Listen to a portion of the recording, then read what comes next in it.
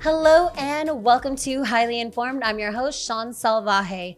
Highly Informed is all about entheogenic education and news you can use when it comes to the world of cannabis and psychedelics. We have two gentlemen here with us from the Texas cannabis scene, joining us for the coziest of conversations. We've built them a love seat. Geremy Greens and Colton Luther. This is truly a pleasure and a delight, especially because I see you brought me a little gift. Absolutely. Which I love because I actually I regularly consume your products. You've been a lifesaver for me. Right on. That's good news. Teacup doesn't have flower. Yeah. Yeah, exactly. Geremy Greens. I've got your inhalables. Yeah. And you're one of our local Texas farmers. Absolutely. I'm here in Austin, just on the east side of Austin. Yeah. You're like my neighbor. Yeah, we are pretty close from each other. Exactly. It's kind of great. I think it's like two red lights, you know? Pretty much. It's amazing. And I don't know. I just think it speaks to seeing a local farmer producing local product and thriving in a way based on integrity and earnesty and giving back to the community. Sure. It's good to see you win. It's good to see you grow. It's good to support that. It's a product I want to buy. Right. That seems to be like a common thread. I think so. I think that, when we think about what our brand is, it goes beyond like a label, obviously. And it's a matter of transparency and, I would say sympathy also for people. A lot of folks don't know this. We do have a couple of wholesale customers in town where you can get our stuff at shops, but we are dedicating a lot of our time to our subscribers on our website. And we are attempting to take the relationship between a grower and a client to a different level than it's ever been, where I encourage communication, I encourage questions, I encourage, if feedback on... get to know your farmer. Absolutely. Just like get to know your butcher. Absolutely. So that you can have a good idea, or at least a very good idea, where it's coming from and what's in it. And if you don't know, you are very much welcome to ask. And kind of like Texas honey, those of us who know understand that you have to consume honey from the regional area to deal with whatever is the pollen issue in that area. So if you get sick or you're having really bad allergies, using a local honey is going to do a world of difference than something manufactured, processed, shipped. Sure. No offense to any of it. There's a time and a place, but for specific remedies, I would think if we're like that with honey, why wouldn't we be like that with hemp and cannabis? We would, and we're a little bit ahead of that. So that is an evolution of genetics is what it's going to be. It's going to be genetics that grow the best in this environment. So to speak to what you're talking about, there are specific genetics that grow really well in Oregon that do not grow well at all here in the South outdoors. Okay. So what we do is we look across the globe at our latitude and like Egypt and India and Turkey, and we have seeds from those areas. Okay. Really, really original seeds like Acapulco Gold, some of the really old stuff, the Jamaican red hair, we have Afghani, and we have a Turkish and an Egyptian strain. And our goal is to develop that here, is to, put in the work to create genetics that thrive in Austin, Texas, or at least this low in Texas, because I can tell you it's a challenge. It is very much a challenge. If you're growing for boutique flower, outdoors is not going to happen in Texas under the current methods of outdoor growing. So you can't take Oregon's methods and use it here in Texas. We have way too much humidity and other elements that are challenges. So you have to do it. It's a regional recipe. It is. I think folks forget Absolutely. Sometimes there's an art and a science. There is. To farming and agriculture. Sure. Like you see, you mentioned looking at our latitude and regional plants. I'm curious, that Texas garlic or, is that, what are the things that we see that do well here? Well, and we're just on the, precipice of understanding which ones, because, we're just now being able to really openly grow and discuss. That's one thing I've been growing for 11 years. Okay. And so it's, having the knowledge come to you now is much easier than it was, in 2012, because now it's just, we have the accessibility of information. We're able to trade ideas, trade notes. Most growers, for the most part, are very open with each other and with the public and those kind of things. It's usually the corporate veil that builds a wall between the consumer and the actual people making it, right? So growers by nature, they're going to be sharers. That's what growers are. And so we intend to really have a platform for that with our brand, to build off of that with other growers. Well, why? Like you say, growers just are. They're gonna share some of it, or share the seeds, or get excited about the botany of it all. Like that's worth looking at. Colton, what brought you when you came on with the team? What brought you? Why was it Geremy Greens? Not because you have a level of opportunity in the industry. You can partner with. You've built yourself a solid reputation. What was it about working with Geremy? I mean, look at him.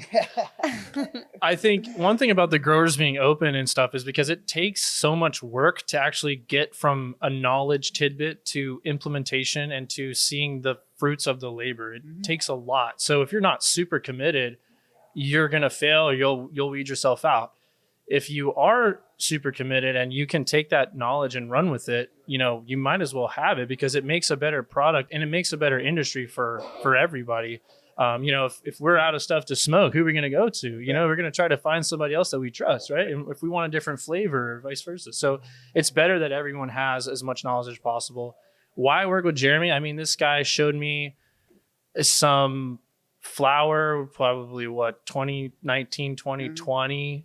At a trade show, on a trade show floor, and I was like, who the fuck are you? Are good for building. Oh. Some folks, I know Nailed it. that growers, especially because some trade shows were naively scheduled during harvest season. Right. Yeah. Well, it's hard to get this guy out of the grow no matter what season. But the other thing is like, we were going through yet again a shitty business deal. It wasn't a spit handshake or anything, but it was trying to get on paper, and people was trying to screw you. Speaking truth. Yes. Yeah. Oh, Yes, absolutely. yes. It's 100% true. 100% true. And what we say is half a joke. I mean, it really was a handshake, but we had just gone through such a terrible experience to find each other to do this together, that we knew it was like, we're good. Yep. We're tight on this. You feel like you have that sixth sense about you after you went through that experience. I mean, I feel like it's a match. It's a match. Bring it in. I want folks to hear you. I mean, I feel like it's a match because, I see, Colton's hustle and whatever he puts his mind to. And I had a desire very early for that to be my organization. And so, and we hit it off really early. We see things very, very similar on how to make things where nothing currently exists, and how to drive your own demand for your own product and those kind of things. And a lot of people talk about it. And, we went through a lot of people that had great spreadsheets and a lot of Adderall, just like, ideas, like, I know, because I've been a consultant for a long time. And then when I realized what was going on around me, I was like, what the fuck has been going on? Yeah. It also gives consultants a bad rap. There's no spreadsheet or amount of money in the world that can put it together for you. You have to do it, especially at a plant level. If you're dealing with the plants, you have to do it, and you have to love it, I would say, without a doubt, and find a way, like he said, to create new things and new ways to reach people. This guy writes emails that you would think, they make you cry, like because of the sincerity and how deep it goes into the process. So when you get the finished product here, you feel like you've been a part of this for 12 weeks. Sure. You're not just doing a transaction with somebody. Right. And I want to be super clear. Everyone's brought a gift, which is so lovely. No paid sponsorship for time on the mic, which is a really beautiful way to do this. Love that. And I love it because you bring the gift. As a veteran, I've been relying on your products for a while. So when you share, that was like a huge thing for me. Like when I do an event, we have to give back. So we're going to give, because I remember one of the first events where I met y'all, someone had given me, I had just lost my plug. And it Perfect was- timing. Exactly. But instead of having to rely on that, finding folks like you and the good people who gave me they give the veterans like a free zip, which I was like, oh my gosh, this is like a month's supply. You're literally saving me like $400 right now. Thank you. Right. If not more, depending on how we're Where it is. retailing Yeah, this exactly. week or next. But you can feel it. Like you can feel it in the product. It makes you want to stay connected. And then you get to know folks like Geremy and you get to know Colton. It's builds something bigger than just CPG. Totally. Like I get the CPG game, love the business thing, all of that, but it humanizes experiences, which I think Right. folks are looking for right now. They are. And I want to say that I really think that the cannabis buying public really desires an interaction and transparency and an understanding. By my conversations and communication with the clients that are buying from me on the site now, my subscribers, I get a lot of feedback about how they were just blindly buying whatever the person behind the counter told them, and they had no idea what They're or putting why. trust in that. Exactly. Place. And I want to tell you about the terpenes that are in my product and tell you why you enjoy that, so that you can take that knowledge and use it in other purchases, whether it's with me or anybody. You just get a better quality experience. Yeah, my with food cannabis. knowledge got 10 times better as I learned more about the endocannabinoid system, Right. flavonoids, terps, flavorants. Like that's the thing I want to share with the lawmakers sometimes is like, well, my friend, you can outlaw the molecules, but then we're also looking at terps. Like it's a plant. It's just like other plants that we currently have Right. in our grocery stores, lavender being one of them. It doesn't make sense. Like you can outlaw the molecule, but you're still going to have terps. Yeah. You're still going to have absolutely. other things that are intoxicating molecules. Or for people like me, like it's almost like, have you ever met those folks who don't have ADD and they take Adderall? Oh yeah. And it speeds them up. Yeah, they're chatterboxes. Yeah. They're like me without it. But the ones who actually have but the ones who have it actually need something. Yeah. It calms you down. It doesn't speed you up. So it's like with the different terpene profiles, different cannabinoids, all of it, you got to be careful about making any one particular molecule an outlaw. Yes, and I want to totally back you up on that. I was on Adderall for 25 years, and I stopped taking Adderall in 2017. And I have been on a journey to find the terps that kind of give me a relief from that. And I have found them, and they're the ones that stay in my garden, and they work well for a lot of other people with ADHD that do not want to take the medicine anymore.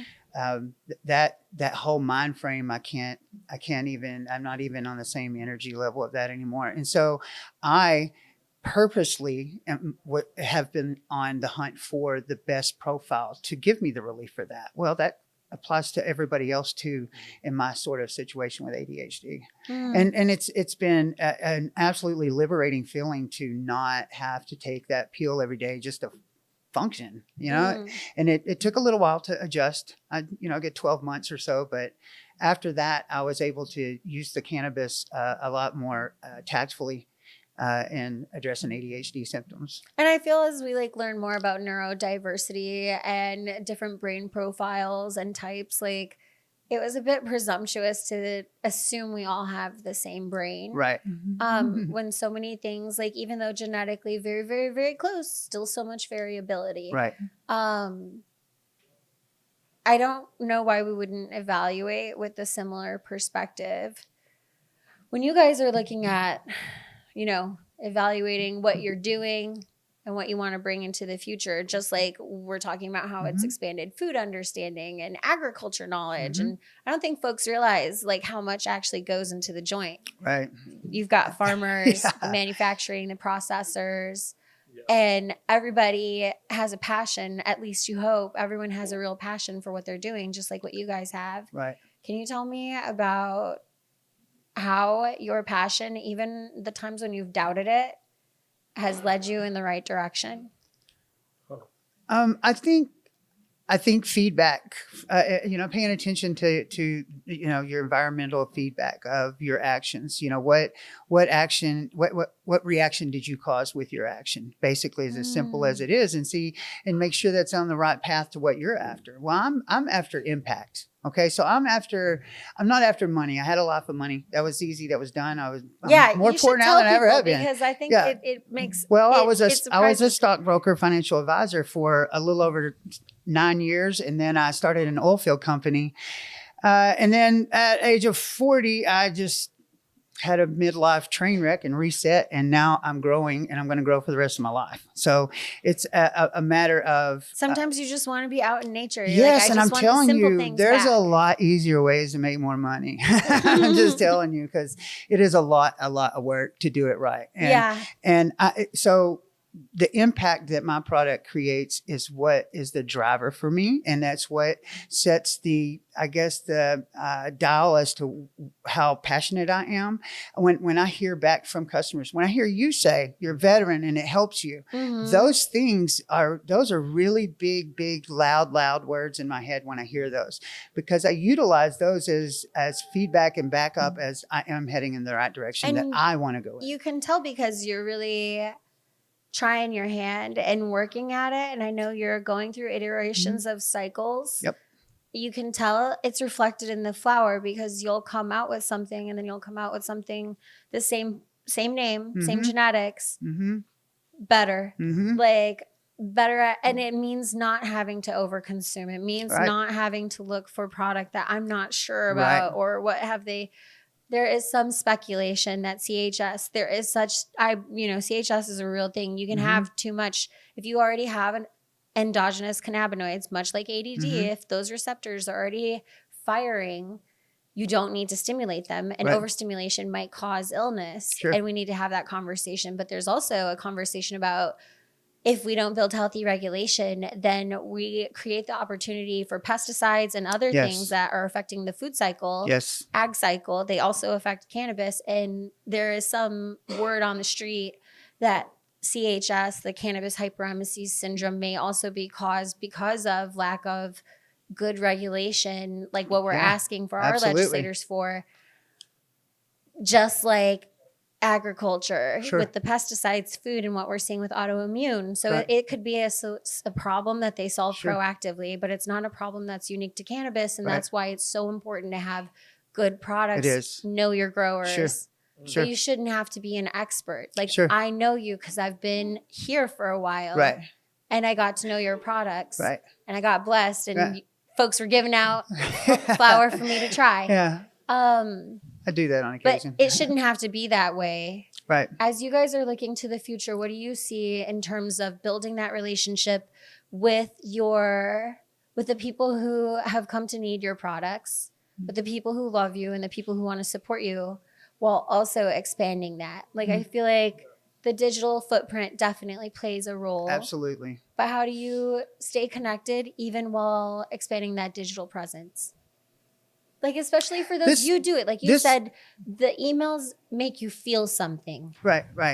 Not everybody does that. That's absolutely correct. For someone who's looking, what is it about that? I know you're not doing it strategically, but tell me, like, from your heart, what is it that you're putting into those emails, and also the flower? No. Well, I will say that I believe that the purchase of any cannabis product is very emotional. I mean, it's something you're looking for a change in emotion for. So by nature, it's an emotional thing. You're purchasing on an emotion. You're not purchasing because you have to, or you're required to, or anything like that. You're purchasing because you need it, you want it, you desire the effects. Okay.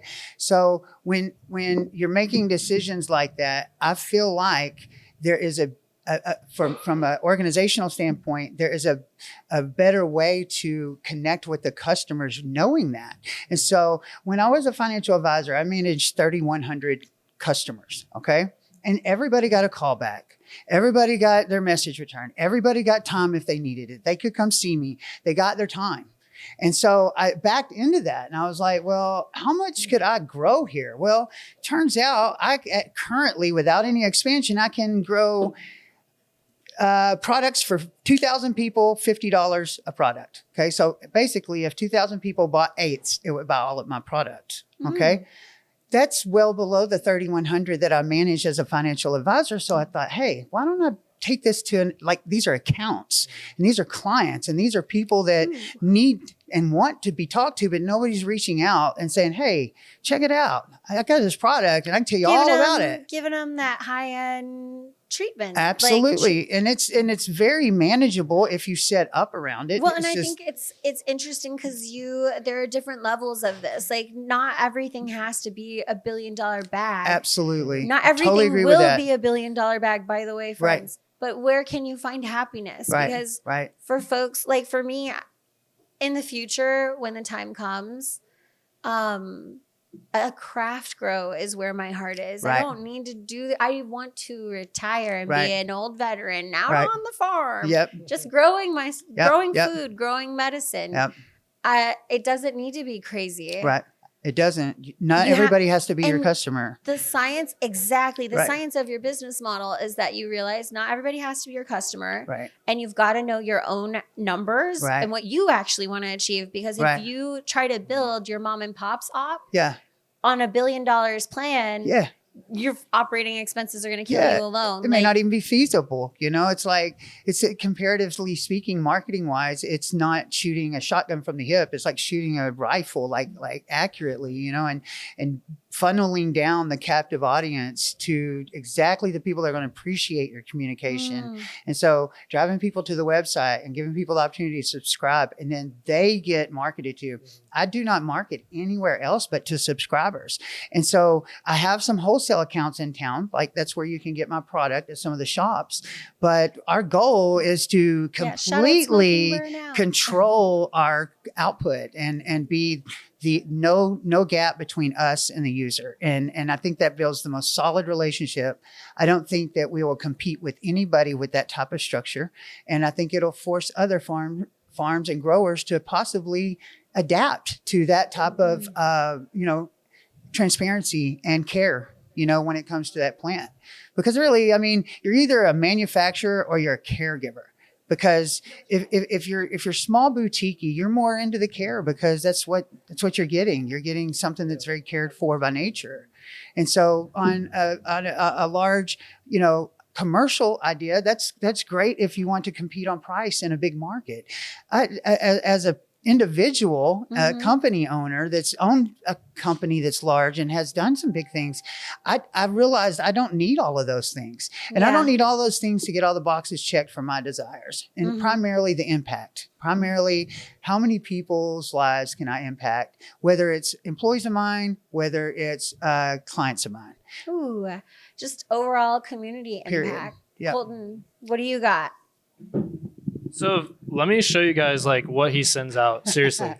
Well, I don't know if you pulled guys up get an email. I don't know if you guys get emails from other companies and large corporations, but this is from Jeremy's heart and brain. Wait, read it to us. Oh, it's way too long for that. Subscribe For the details. But you get this long you guys, explanation. I'll cut a reading of one. Yeah, you should. I've done a video actually. But you get all this information from his brain telling you exactly what's happening.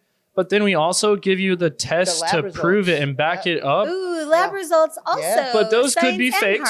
So we also show you the actual plants that are happening. This is the actual bag that I'm marketing on that specific Wow. That's amazing. Right. So people begin following that and they follow it to their doorstep. And it's high touch. It's really, really but working. real We have a simple. very high repeat customer rate. But that's our community, right? And we wanted to find that. That's what the brand does, is allows us to find those exact people that need us, and we can fulfill that need for them. Yep.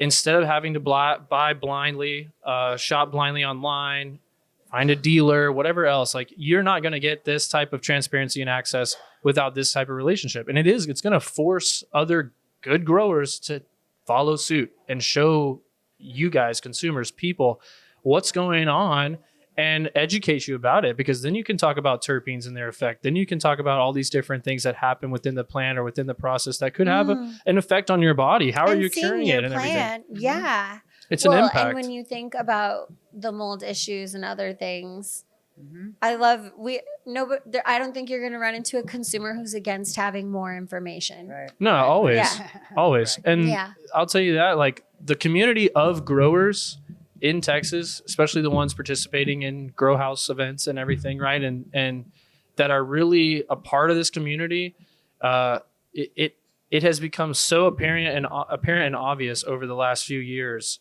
not only who is here for the long haul and going to remain, but who is actually able to take knowledge tidbits or pieces of information or genetics and things and actually implement it to make it better for their consumers. Because we can't get out to Lubbock where we have another friend that grows. We can't get down to Corpus Christi where we know Jake We grows. got to like have Geremy greens everywhere. Right. We're gonna But have not farms. Geremy greens. We Right. got to have, you know, the Nina. standard. Yeah, We have to We have gotta the standard. Exactly. Mhm. My That's little what we ranch. Mhm. Thank you so much, gentlemen. Sure. Totally. Any final words of wisdom?